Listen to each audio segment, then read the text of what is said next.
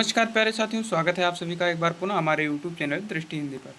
प्यारे साथियों, आप सभी को यूपी स्पेशल की जो परीक्षा पॉइंट ऑफ व्यू से प्रश्नोत्तर की श्रृंखला शुरुआत की गई, उसी क्रम में हमारा दूसरा वीडियो है। हम आपको डेली बेसिस पर ये वीडियो देते हैं कि आप पहले चैप्टर को थ्योरी पढ़ लीजिए, उसके बाद आप इसकी क्वेश्चन प्रैक्टिस कर लीजिए, क्योंकि आने वाले एग्जाम जैसे उत्तर प्रदेश पुलिस है, यूपी पीसीएस है, आरओ है और जूनियर असिस्टेंट तथा एक दिवसीय एग्जाम है, जिसमें उत्तर प्रदेश बहुत ही महत्वपूर्ण भूमिका निभा रहा है। तो उसी क्रम में आज हमारा ये दूसरा वीडियो है, जिसमें हम भौतिक विन्यास के बारे में चर्चा करेंगे। आइए शुरुआत करते हैं।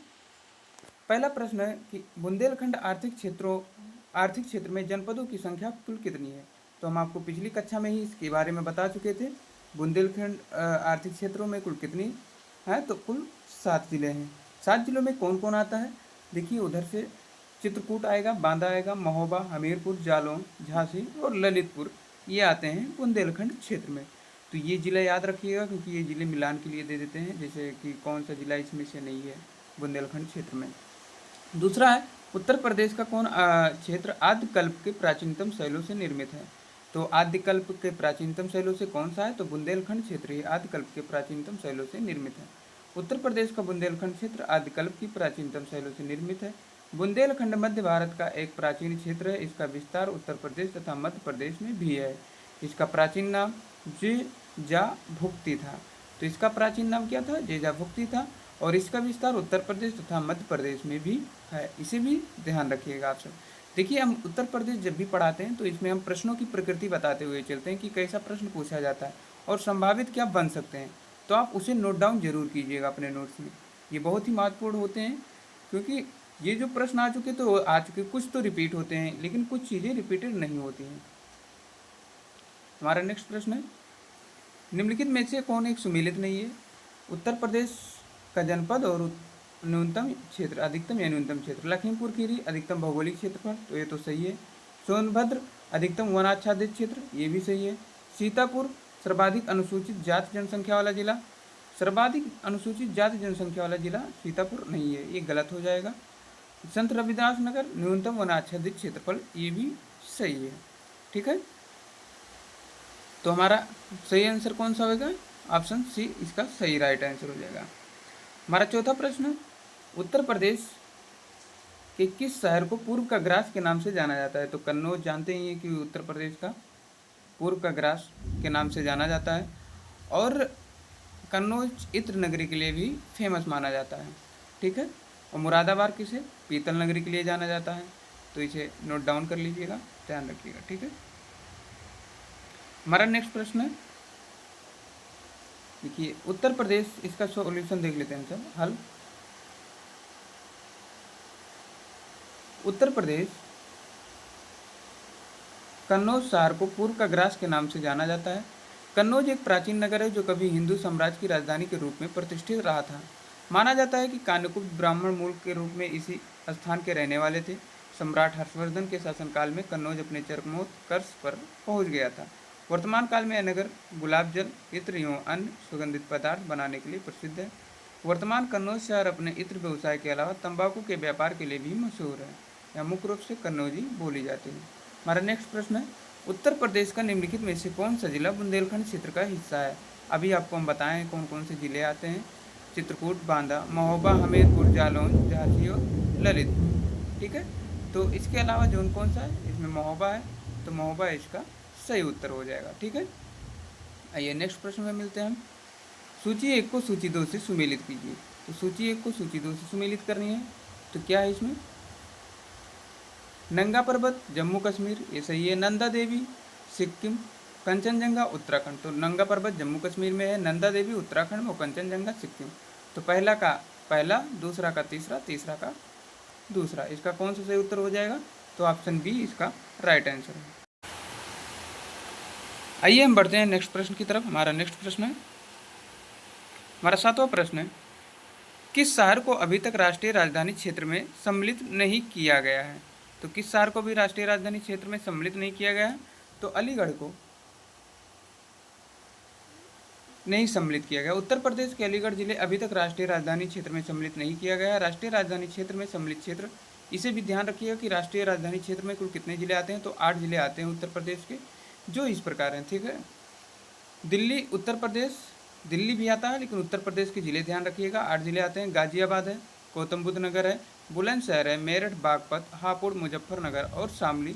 हरियाणा के फरीदाबाद, गुड़गांव, मेवात, रोहतक, सोनीपत, रेवाड़ी, झज्जर, पानीपत, पलवल, महेंद्रगढ़, भिवानी, जींद, करनाल तथा राजस्थान के भरतपुर और अलवर भी हैं। तो उत्तर प्रदेश के 8 जिले आप याद रखिएगा शामली तक, और हरियाणा के फरीदाबाद है, गुड़गांव, मेवात, रोहतक ये सब दिल्ली के हैं, और राजस्थान के भरतपुर, अलवर भी शामिल है इसमें। हमारा अगला प्रश्न है, बुंदेलखंड की सीमा किस क्षेत्र के अंतर्गत आती है? तो बुंदेलखंड क्षेत्र निम्नलिखित में से किस सीमा के अंतर्गत आता है? तो आपको भी पता है उत्तर प्रदेश, मध्य प्रदेश ये सब उसकी सीमा लगते हैं, ठीक है। तो ऑप्शन इसका भी सही उत्तर हो जाएगा।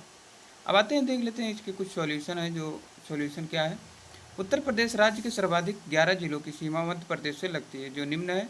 कौन कौन से जिले लगते हैं? इटावा, जालौन, झांसी, आगरा, ललितपुर, महोबा, बांदा, चित्रकूट, प्रयागराज, मिर्ज़ापुर और सोनभद्र। और सर्वाधिक, एक प्रश्न और बनता है कि इस उत्तर प्रदेश का एकमात्र जिला जो मध्य प्रदेश से सर्वाधिक सीमा रेखा बनाता है, तो वो है ललितपुर, ठीक है। और ललितपुर के संदर्भ में एक क्वेश्चन और ध्यान रखिएगा, उत्तर प्रदेश का एकमात्र जिला जो एकमात्र जिले से सीमा बनाता है तो है ललितपुर। किससे? झांसी से केवल सीमा बनाता है। फिर आइए देखते हैं हम इसका सॉल्यूशन। और उत्तर प्रदेश के दक्षिण में 7 जनपद, 2 संभाग, और मध्य प्रदेश के उत्तर में 13 जनपद, 3 संभाग में लगभग 1.5 लाख वर्ग किलोमीटर में फैले क्षेत्र बुंदेलखंड के नाम से जाना जाता है। तो उत्तर प्रदेश के दक्षिण में 7 जनपद आते हैं, ठीक है। झांसी संभाग, झांसी, ललितपुर, जालौन है। चित्रकूट संभाग मुख्यालय बांदा, चित्रकूट, बांदा, महोबा, हमीरपुर, इतने जिले आते हैं, ठीक है। आइए हम अगला प्रश्न देखते हैं। हमारा अगला प्रश्न है, उत्तर प्रदेश, कौन सा जिला उत्तर प्रदेश और बिहार की सीमा पर स्थित है? तो कौन सा जिला है उत्तर प्रदेश और बिहार की सीमा पर स्थित है? तो आपको पता ही होगा, ये बलिया है। ये सबसे पूर्वी शहर भी है और यूपी बिहार की सीमा पर स्थित है। उत्तर प्रदेश बलिया जिला बिहार की सीमा पर स्थित है।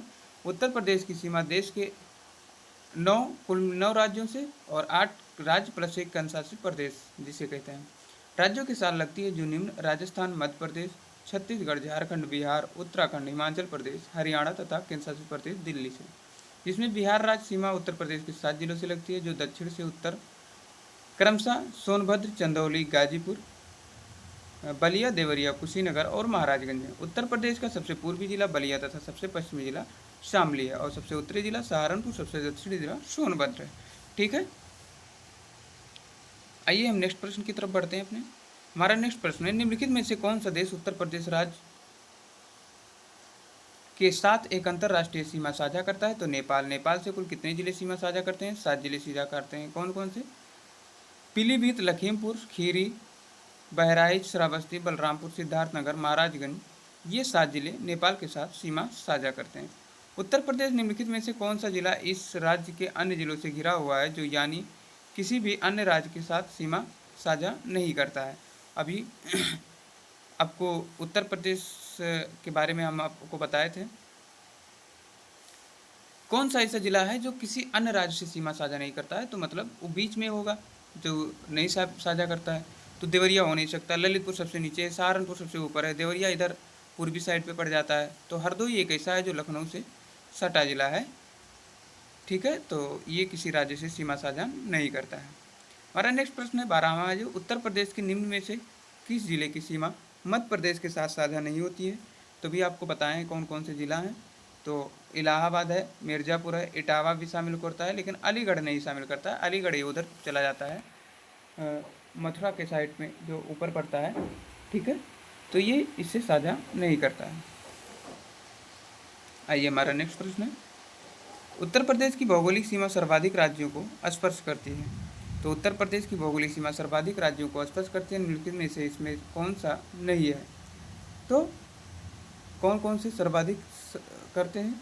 तो उत्तराखंड भी शामिल करता है, मध्य प्रदेश भी करता है, झारखंड भी करता है, लेकिन उड़ीसा इससे सीमा साझा नहीं करता है।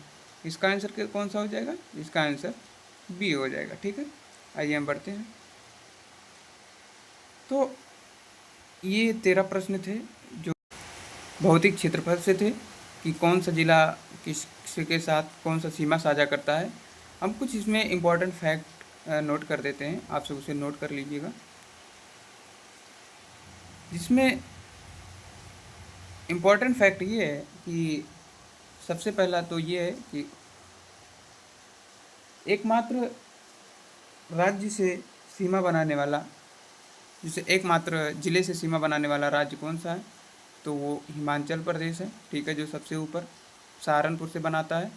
और इधर झारखंड भी हो जाता है, और ये क्या नाम है, छत्तीसगढ़ भी हो जाता है, जो केवल सोनभद्र से सीमा साझा करता है। ठीक है, इसे ध्यान रखिएगा। और एक आता है कि सोनभद्र कितने राज्यों से सीमा साझा करता है? तो कुल 4 राज्यों से सीमा साझा करता है, ये भी नोट कर लीजिए।